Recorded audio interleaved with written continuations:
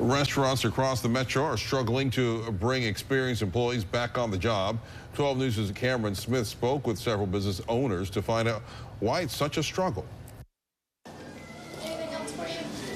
Since COVID, many businesses have struggled to get the experienced staffing they enjoyed for years.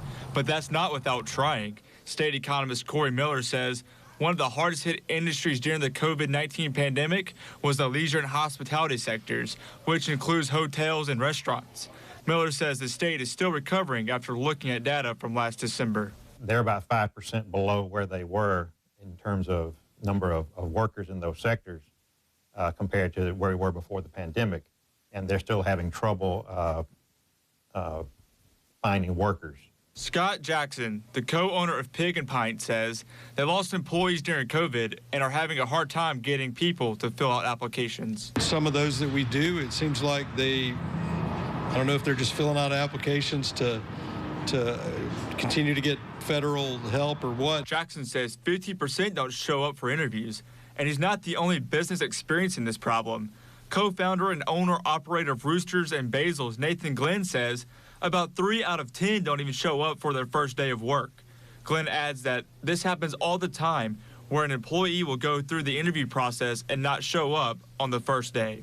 It is very difficult, and the problem is your good base employees, right, have to carry that weight, and so you're not trying to wear out your good employees that have been with you for so long and trying to get them some fresh help in there. Glenn says by combining Roosters and Basil's into one space, he can save about 15% on cost to hopefully pay employees a higher hourly wage. We probably average about 12, right? And the new location is going to be a 12 average. You'll have some lower, some higher, depending on skill set.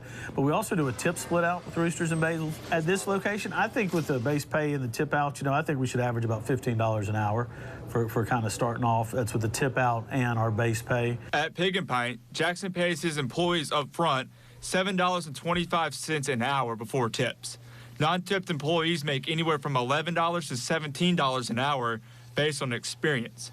Jackson says the hourly rate has certainly moved up from where it was before COVID. When you go to the grocery store, you're paying twice as much as you were before COVID. So I think inflation has a lot to do with it. People are struggling to make ends meet, and so they're going to naturally look for a job making more money. Jackson says while they're still having problems with hiring, they are seeing some improvements and hope the trend continues.